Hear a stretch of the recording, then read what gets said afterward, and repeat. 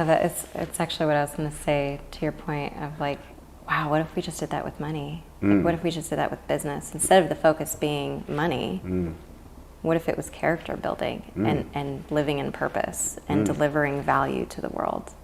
Money is just a side effect of that, right? Yes. Do you want more money, more wealth, and more freedom? Now, I know that might sound completely silly. We're all going to say, yes, Chris, I want more money, more wealth, and more freedom. So if you do, then this episode is for you. Michelle Elderman, which is really encapsulizes in this episode how to overcome real life money blocks. Now, this is an episode where you're going to want to be able to take notes. I personally took plenty of notes re-listening back to this episode.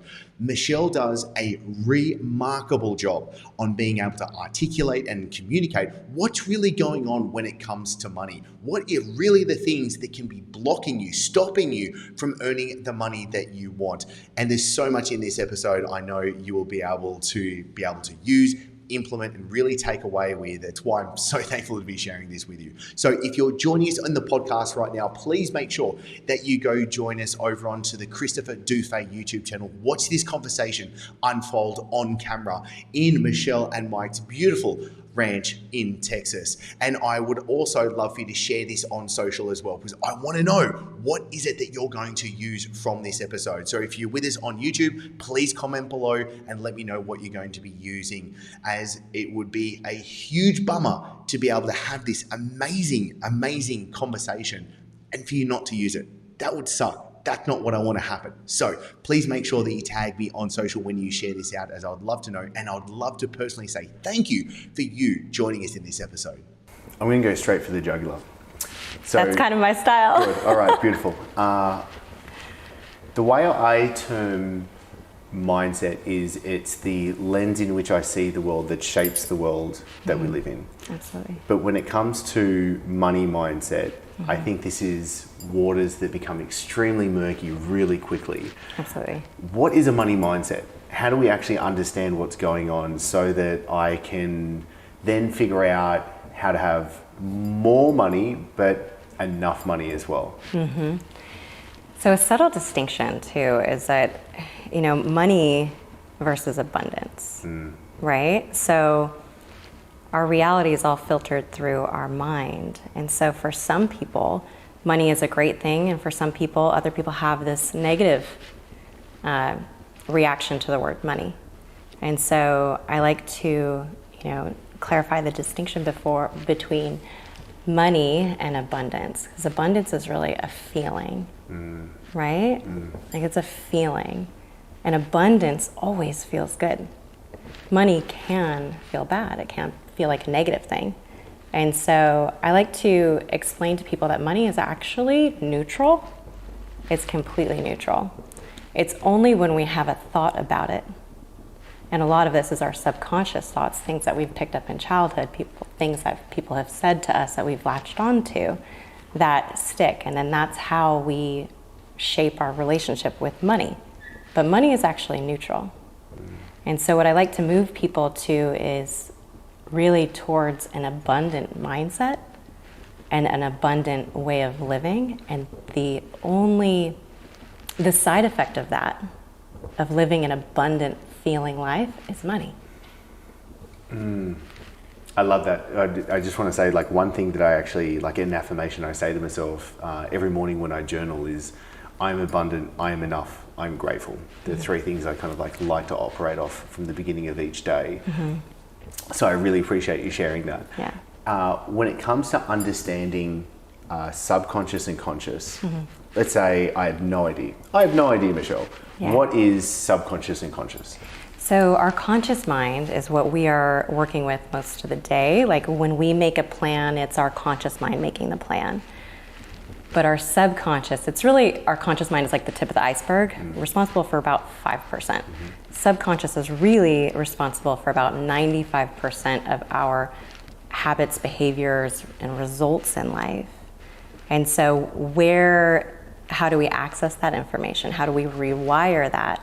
If we have a conscious goal, but subconsciously we really don't believe it's possible, or maybe there's something where we feel like we're not worthy of that because of things that we've experienced in our past, what we can do is we can consciously have a goal and go after it, and then we subconsciously undermine our own efforts.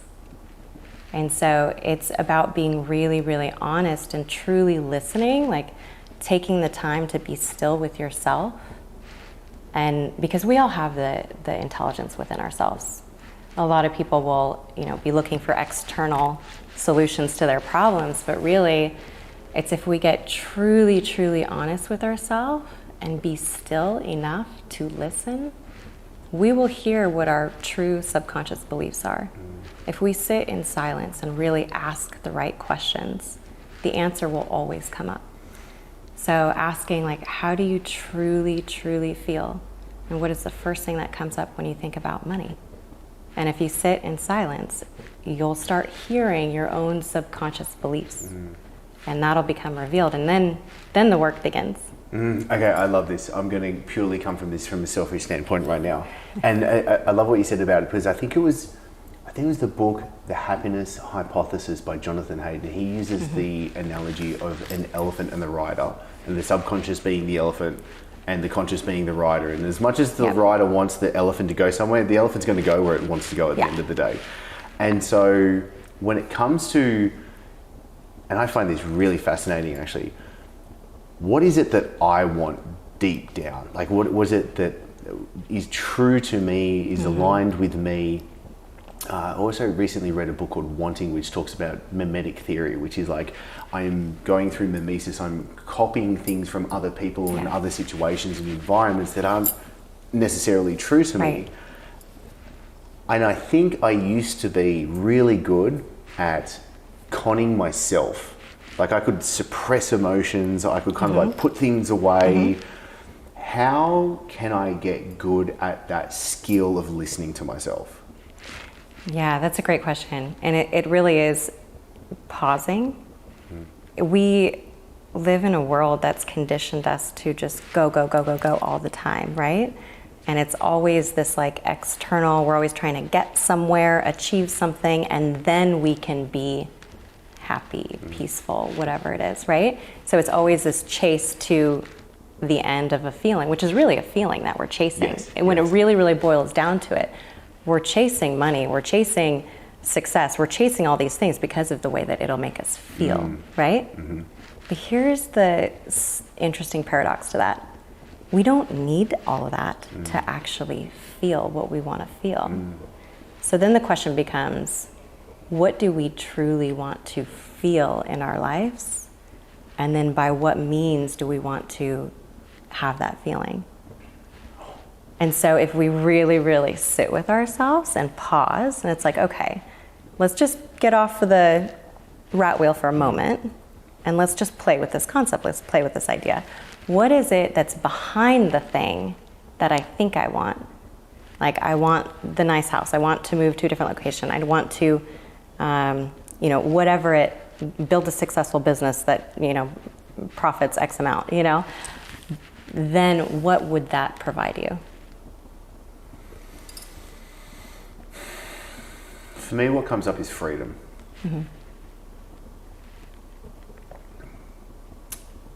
Initially, freedom from pain.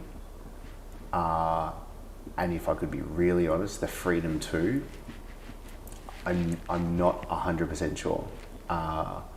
It's interesting, I had a mentor a while ago. He goes, Chris, what would you do if you didn't have to work for money? Because that's going to be pretty soon. Like, what would you actually do?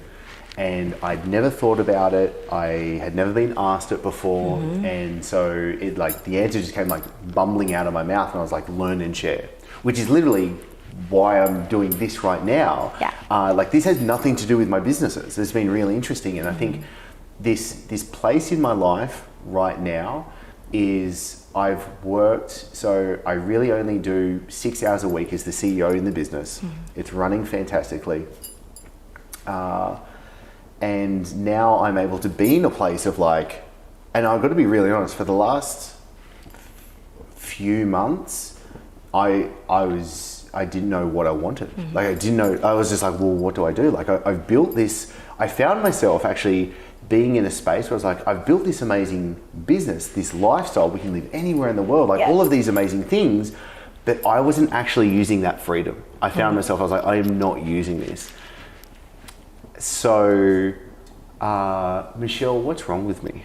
Well, I love that you shared that, because that's kind of, goes to the point that I was saying earlier, which is like, that's kind of how we're conditioned to be, that we're conditioned to believe that there's this like pot of gold at the end of the rainbow, right? That like, okay, do the thing, build the successful business, write the book, be a speaker, like all the things. And then what? Yeah. Right? So then it's like, all right, you got a gold medal, you got all the accolades and achievements, but the expectation, I think the subconscious expectation is that would provide peace and happiness. And then so people are feeling like they've lost their footing when all of those things, and I remember that feeling myself. I distinctly remember that feeling of like, wait, I've done all the things. Like, no, I should be happy. I have goosebumps right now, because my feeling was, I've done the checklist. Like, I checked everything off. Do you know what I mean? Like, I was like, multi-million-dollar business, like homes around the world, like great health and physical shape. Like, I was like, I've done it. Like, why do I feel like crap? And what's so fascinating is that, we are so conditioned to believing that these things belong together: feelings, emotions, and success and accolades. That's profound. Yeah. All of the accomplishments, all of the things was just to get a feeling. And we can actually provide ourselves with those feelings by like simple techniques. And this is what I do. This is what I've done to help, pull me out of the darkest times of my life, is I would just sit in front of a flower and I would focus on it and just be in pure awe of the intricacy, the beauty, the delicacy, like really attuning myself to nature's abundance. And if you look at nature's always growing back. It never stops, right? The birds don't wonder where their next meal is going to come from. Everything is provided for them. We are also a part of nature. Everything is just, we are in this flow. When we allow ourselves to see and witness the abundance that's all around us, we get into that flow ourselves. And then we can start feeling as well, if we desire to really start feeling the feelings that we're actually chasing. Okay, so what comes for me is, outside of psychedelic experiences that I've had, I did a metta meditation, like a loving kindness meditation actually this morning. And so the subject of my meditation was my wife, Lauren. And so I was sitting there and I was like, I wish you to be happy. I wish you to be free of suffering. I wish you the deepest of friendships. Like, and I was sending this love, and then the next part of the meditation was doing it to someone that's neutral. And I thought of the guy that was actually at the front desk at the gym, and so I was saying these same things, sending the love, and then I was sending it to myself. And I got to be honest, I still struggle sending that love to myself. Worthiness has been a thing that has been, it's called a sticking point as well. So when it comes to feeling those feelings, Michelle, what are the practices behind that? Yeah, well, getting into the subconscious too, that also drives some of the achieving, right? Like you mentioned, coming from a place of worthiness, it's a common thing, because a lot of people want to do all the things, check all the boxes, so that they can feel worthy of having a life of happiness and feeling the feelings that they want to feel. And that's usually, a lot of times there's something in the timeline. There's something at some point, there was a belief that got seeded of unworthiness, or, because when we grow up, it's about from 3 to 7, some say 3 to 11, where we're really just, our brains are open and receptive to beliefs popping in or being seeded, and we're really understanding the world around us. But so like you said with psychedelics, going back, you're in a plastic state. Neuroplasticity is very high, so you're able to rewire, but you don't need psychedelics to go back there, you can actually see it through timeline therapy, where you go back and with a facilitator, and you can see these moments when these beliefs were seated, and then suddenly that kind of just unplugs everything, and it happens in real time. So that belief of unworthiness because of something that happened in the past, it kind of just pops. Is it a case of going back and healing the moment, or is it a case of changing my belief where I'm at now? You can do both, totally. Yeah, you can do both. It's really about repetition too, to get it into the subconscious. So, and also action. So sometimes if I'm working with a client who doesn't truly wants to have a new belief, right? They're practicing believing something new. But it's got to be the action. Like if I can't just say I'm a great speaker on stage and never have done it. You know, like it takes action, it takes practice, so it's the belief that you're seeding, that you're intentionally trying to plant in there, but it has to be followed by action. That's what actually gets it into the neurology of the body, because we have the mind intelligence. The body has its total own intelligence, and that is connected to the subconscious.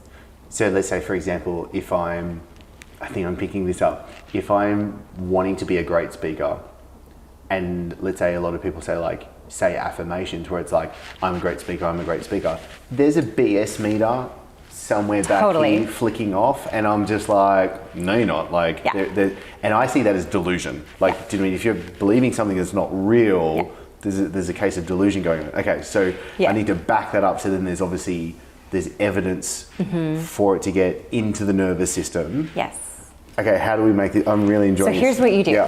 Here's what you do is you actually, so our minds are like a Google search engine, right? Whatever we put into it, the results are gonna pop up. So if we have a belief that I'm not worthy, then there's all these instances which our mind instantly goes back to, of like, there's this, that then proves and supports that belief, right? Yes. So you got to ask the different questions. You know, you got to ask yourself, you got to ask your own brain to show you all the evidence that you haven't been looking for. Show me all the amazing things about myself. So is that literally going through a process where I'm like, okay, I've got this voice that's flicking off that I'm not worthy. I need to do the work where I'm asking myself, well, show me where I am worthy. And then things will start coming up. And then you'll start, your mind will open up to, based on the questions that you ask. It's always about the questions that we're asking ourselves. And the questions that we ask ourselves often is like, why can't I have the things that I want? Right? And then your brain goes, well, because you did this one thing once, and you did this, and then you did this. Remember that third grade teacher, said that one thing. And so we ask the wrong questions to ourselves, and we get the answers to support the things that we don't want to support. I'm having a light bulb moment right now. Please keep going. Yeah. So also, and what you said earlier, the BS meter, right? Let's talk about the BS meter, because that is a real thing, and it's also why affirmations, we can actually end up bucking ourselves from the results that we want. Because we go into the mirror and we say this affirmation, and our BS meter is like, meh, meh, meh, right? So the trick to that is, instead of saying, believing that you're cold and saying that you're hot, you got to go to neutral. It's got to be congruent with conscious and subconscious. In the bullshit meter, that's the subconscious speaking to you. If you get a feeling in your gut, that's the subconscious speaking to you. If you feel like, listen, because your body's speaking to you, which is where your subconscious is stored, right? So your body will tell you if you believe it or not. So you got to listen when you set goals, when you make affirmations, is it something that you completely can believe in? And if not, instead of saying something, you can actually work up to it. Instead of saying like, I'm an amazing human being, if you don't truly believe that, you say, you know what, I am a human being. And human beings are intrinsically worthy, or what, you can start seeing yourself in a different way. But go to neutral first, and then build the evidence, look for the evidence, collect the evidence, ask friends, like, hey, will you reflect back to me what you believe of me? And like, I cherish those moments, because those, like, I actually keep them in a folder, and whenever I need to encourage myself in that way, if I'm having a weak moment, I go back and I look at those texts. I keep a record of it. I like that. So it's like having a jar of awesome for you to kind of like go back to and be like, oh, I am really cool. This is great. Okay, amazing. Yeah. Okay, that's really profound. Something I think is really important. This kind of popped into my head when someone asked me a question, and I shot a video on this recently where they're like, oh, Chris, like, you're in great shape. How are you in such great shape? And they're like, oh, have you always been in great shape? I was like, no, I was actually used to be really overweight. Like, I had a real eating disorder. And for me, I find it extremely important because I don't train or eat or my lifestyle practice or anything like that focused on wanting to be in shape or health or longevity or anything like that. I actually really do it because I think it's great for character building. I think my goal is I want a very strong, firm character that I admire and respect myself. And for me, if I ever say that I'm going to do something, I've got to follow through with that. Because otherwise I'm going to start telling myself a story that is not congruent to where I want to go or who I want to be. When that comes to having a belief specifically for money, what do you think are the things that need to happen so that we start telling ourselves the right story of who we are? Right. I love it. It's actually what I was going to say to your point of like, wow, what if we just did that with money? Like, what if we just did that with business? Instead of the focus being money, what if it was character building and living in purpose and delivering value to the world? Money is just a side effect of that, right? Yes. But instead of the focus being, I want to be in great shape and look amazing. Yeah. The focus is, no, I want to do this to grow. I want to do this to just see what I'm made of, to see what my potential is, to build my character, right? So what if people did that with money and building business? Like, what if the primary driver of a business was really, truly to add value and make the world a better place? Oh, I totally love it. That is a game changer right there. I hope everyone watches and listens to that like 5 times over straight away. Okay, so in my head right now, there is a belief, and the belief is going to have behaviors. When it comes to money specifically, what are the wrong behaviors? Let's actually go to the opposite. What do you think are the behaviors that are actually self-sabotaging, stopping, roadblocks for people to get there? One that we talk about in the course is really this like dopamine hit. You know, people like to get a dopamine hit if they're feeling a high level of cortisol in their body, a high level of stress, or some people go to food, right? So these are coping mechanisms. Some people spend money to make them feel a certain way, right? So that's one way that we can get into habits and behaviors with ourselves where we're unconscious about it, right? Like it's our subconscious. We're sitting at the computer or we're about to launch something and we're having all this stress and we just, oh, you know what, I'm just gonna shop instead. Yeah. Right? Yeah. Or, you know, there's the people who feel stressed and overwhelmed and they wanna buy a course that's gonna have the solution. So they buy the course, they instantly feel better because they bought something. Yeah, but they've actually done nothing towards achieving the goal anyway. And then they don't do the course because they've already gotten the dopamine hit, right? That they were seeking, what their body was seeking relief, right? So that's one habit and behavior that people can get into with like making the quote unquote wrong choices, you know. But I think with money, one of the things that can get people stuck is that they view their choices as right, wrong, good, bad. And what I've seen with some of our clients is that they'll hold themselves to something in the past because they made a bad investment, a bad decision. And I just want to encourage people to really see everything as a learning opportunity. And that sounds easy, right? But truly sitting with that, if there is, let the feelings be your guide, right? When you think back on your decisions, if you feel this remorse or guilt, go back to that and pull all the lessons. Okay, what did that teach me in the moment? What did I learn from it? How do I grow? That helps you move your identity and your money story from I'm someone who's bad with money to I'm someone who is learning money, or whatever the case may Yeah. be, whatever Yeah. the belief is. So we can really hold ourselves to past decisions and beat ourselves up over and over again.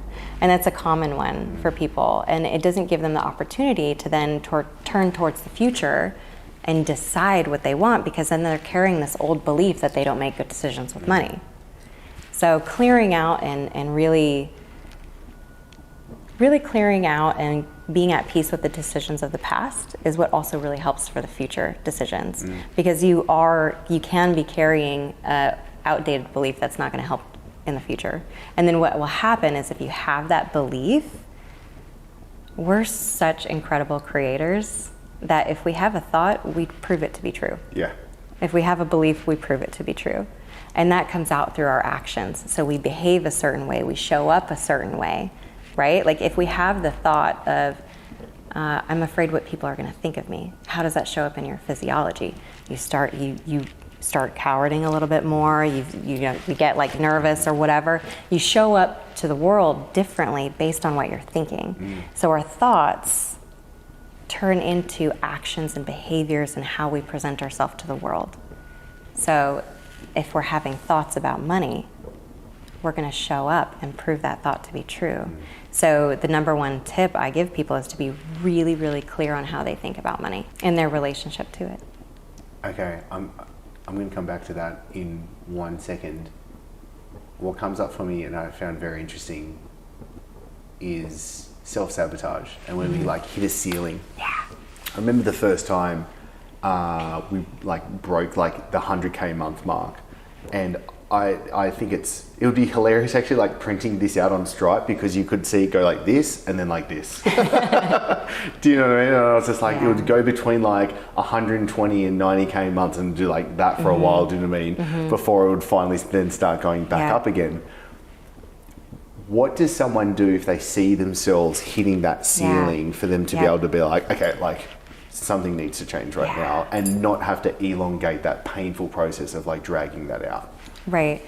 What I see when people do that, like they have these big massive growth phases, and then it's like acclimating. It's recalibrating to a different level.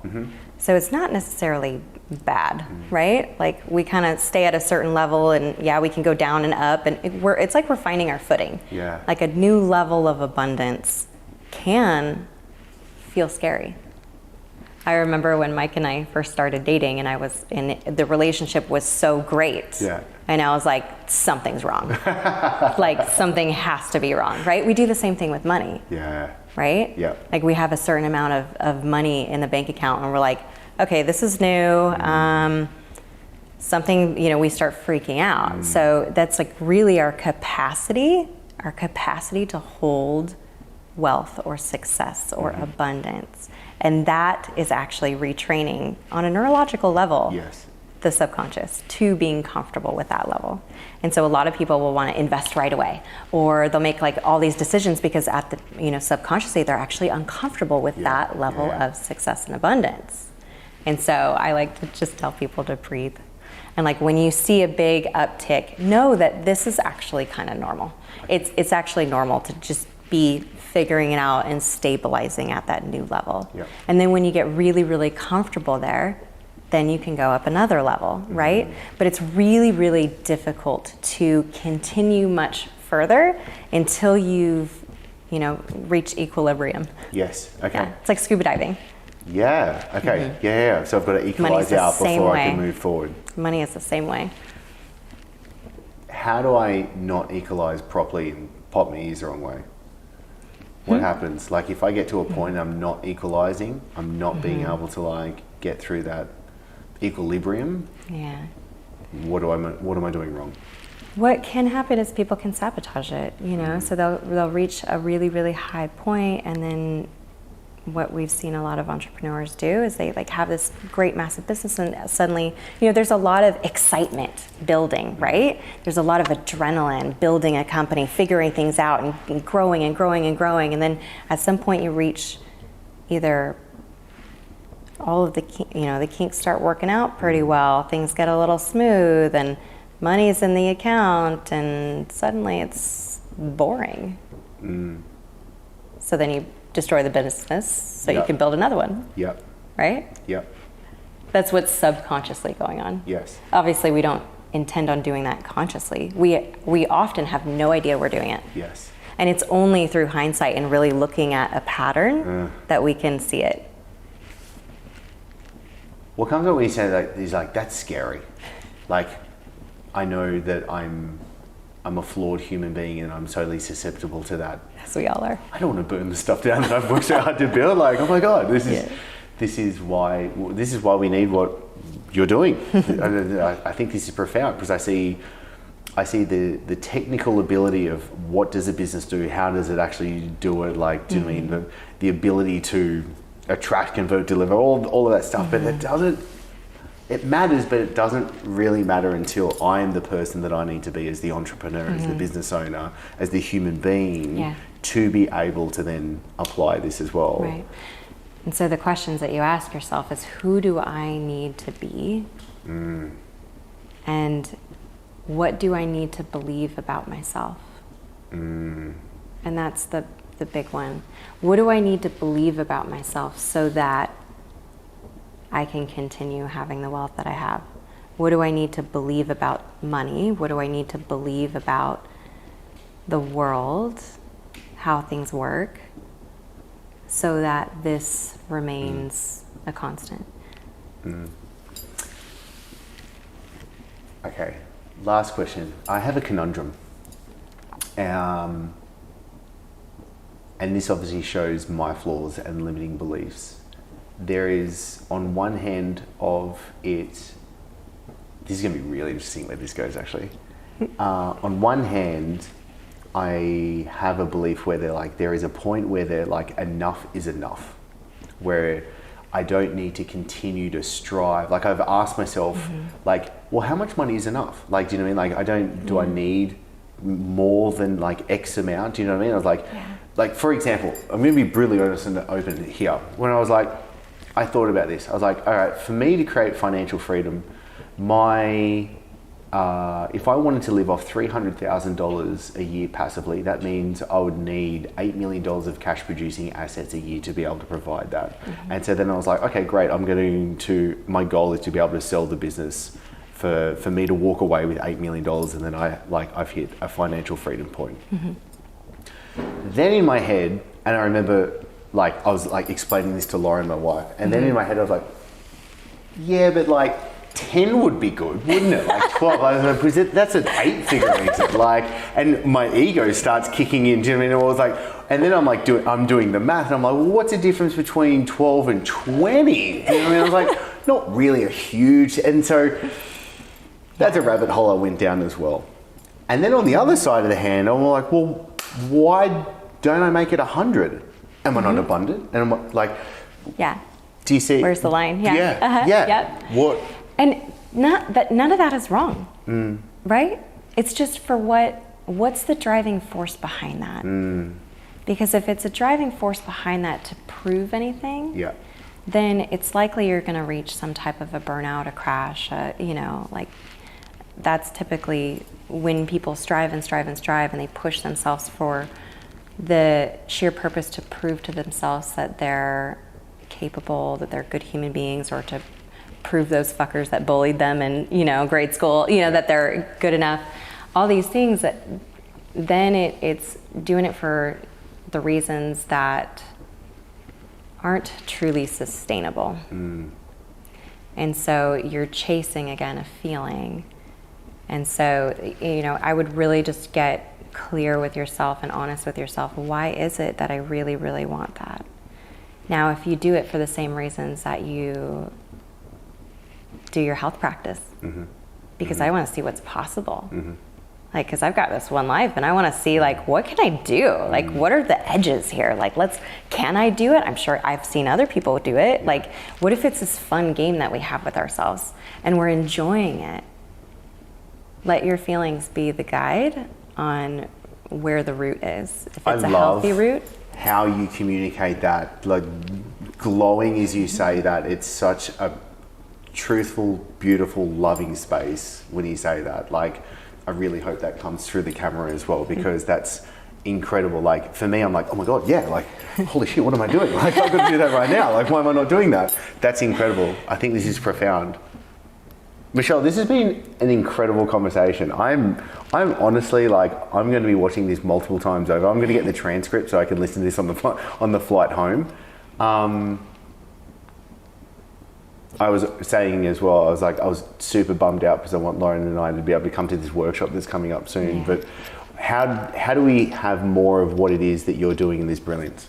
Yeah, we're going to be sharing more about it with the podcast. Please. Yeah. Please. We're just going to be sharing all that we know.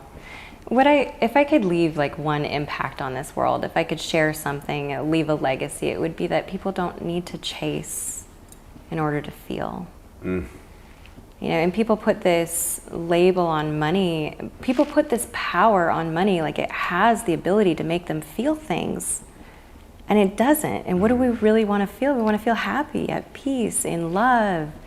We don't need money to do that. And what's interesting is when we allow ourselves to start being in that state without the money actually follows that. It comes, yeah. It comes. It's such an insane paradox. Yeah, because that's what magnetizes people to you, clients to you, services, like ideas. You can think more creatively, you know? When you're feeling good, it attracts more good. And so you don't need money to necessarily do that. You can find ways of doing that on your own. And so to all the strivers out there that, you know, want to do something to try to prove to themselves, you know, really get clear on what it is that you're hoping money is going to provide you. Yeah. And play a game with yourself. How can you provide yourself that feeling anyways, in the micro moments to the macro moments? Whether it be like focusing on just your child for 5 minutes and just like what a miracle, like what awe, like how that even happens, you know? And then think about that mirroring over to what can be birthed in this world through business and ideas and creation, and being in that state of excitement and awe and like childlike enthusiasm of what can be done in this world is such a beautiful place to be. And it's more sustainable, and the side effect is you end up making a great amount of money doing it. You're incredible, Michelle.